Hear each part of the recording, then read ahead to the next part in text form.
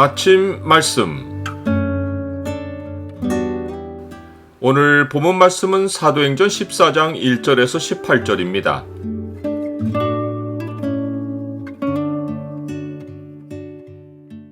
사람의 구원의 출발은 오직 하나님께 있다. 오늘 본문을 소망의 창으로 보면 말씀을 전하는 일이 사람의 힘으로 하는 일이 아닌 증거가 무엇인지가 보입니다. 소망의 창을 보여주는 구절은 14장 3절입니다. 두 사도가 오래 있어 주를 힘입어 담대히 말하니 주께서 그들의 손으로 표적과 기사를 행하게 하여 주사 자기 은혜의 말씀을 증언하시니. 바울과 바나바는 비시디아 안드옥에서 남동쪽으로 145km 떨어진 이고니온으로 갔습니다. 두 사람은 이고니온에서도 접촉점을 찾기 위해 유대인의 회당에 들어가 복음을 전했는데 유대와 헬라의 허다한 무리가 믿었습니다. 그러나 그 가운데 순종하지 않는 유대인들이 이방인들의 마음을 선동하여 형제들인 두 사도에게 악감을 품게 해서 두 사도의 사역을 방해했습니다. 그러나 두 사도는 주변의 상황이 위협적임에도 불구하고 이고니온에 오래 있어 주를 힘입어 담대히 말했습니다. 주를 힘입은 담대함은 예전에 베드로와 요한이 처음으로 공회에 붙들려 갔다가 풀려나왔을 때 예루살렘 교회가 세상의 위협에 맞서 하나님께 기도로 요청했던 내용이었습니다. 주여, 이제도 그들의 위협함을 굽어보시옵고 또 종들로 하여금 담대히 하나님의 말씀을 전하게 하여 주시오며 손을 내밀어 병을 낫게 하시옵고 표적과 기사가 거룩한 종 예수의 이름으로 이루어지게 하옵소서. 이 기도 후에 주님은 자기 백성을 성령으로 충만하게 하셨고 제자들은 담대히 하나님의 말씀을 전했습니다. 이러한 선례는 하나님의 백성이 세상의 위협을 받을 때마다 따라야 할 본이 되었습니다. 두 사도도 이고니온 사람들의 위협을 받았을 때 이 본을 따라 담대함을 달라고 주께 기도했을 것이 분명합니다. 하나님은 기도에 응답하시어 두 사람이 담대히 복음을 전할 수 있게 해주셨습니다.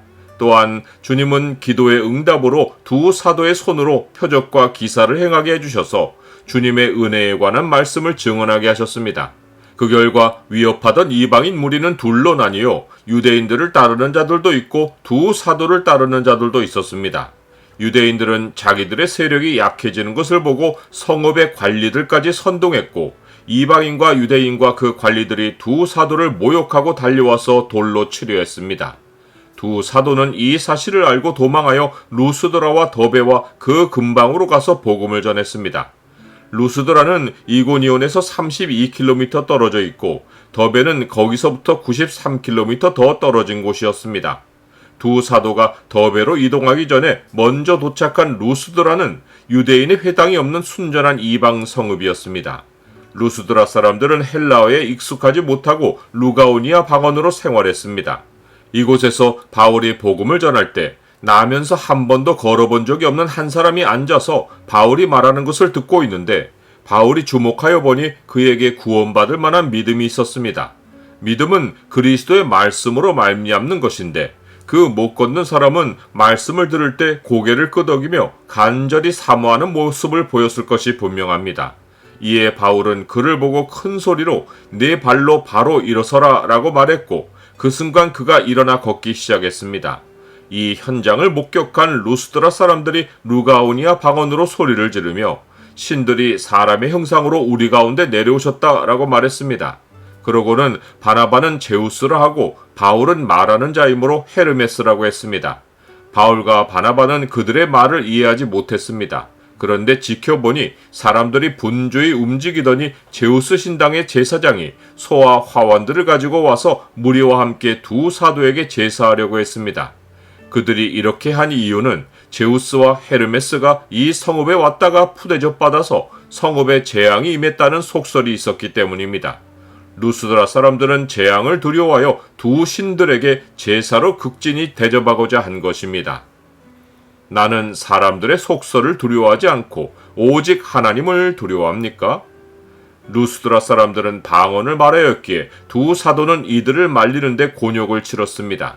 두 사도는 우리도 여러분과 같은 성정을 가진 사람이라고 말하며 우리가 복음을 전하는 것은 이런 헛된 일을 버리고 천지를 지으신 살아계신 하나님께로 돌아오게 함이라고 호소했습니다.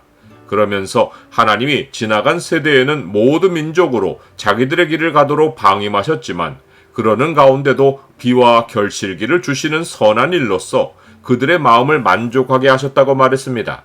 그러고는 두 사도는 겨우 무리를 말려 제사를 못하게 했습니다. 하나님의 영광이 천지 사방에 나타나 있지만 사람들은 하나님의 은혜가 아니면 하나님을 발견하지 못합니다. 그러하기에 모든 구원의 출발은 사람에게 있지 않고 하나님께 있습니다. 주께서 사랑하시는 형제들아, 우리가 항상 너희에 관하여 마땅히 하나님께 감사할 것은 하나님이 처음부터 너희를 택하사 성령의 거룩하게 하심과 진리를 믿음으로 구원을 받게 하심이니 이를 위하여 우리의 복음으로 너희를 부르사 우리 주 예수 그리스도의 영광을 얻게 하려 하심이니라.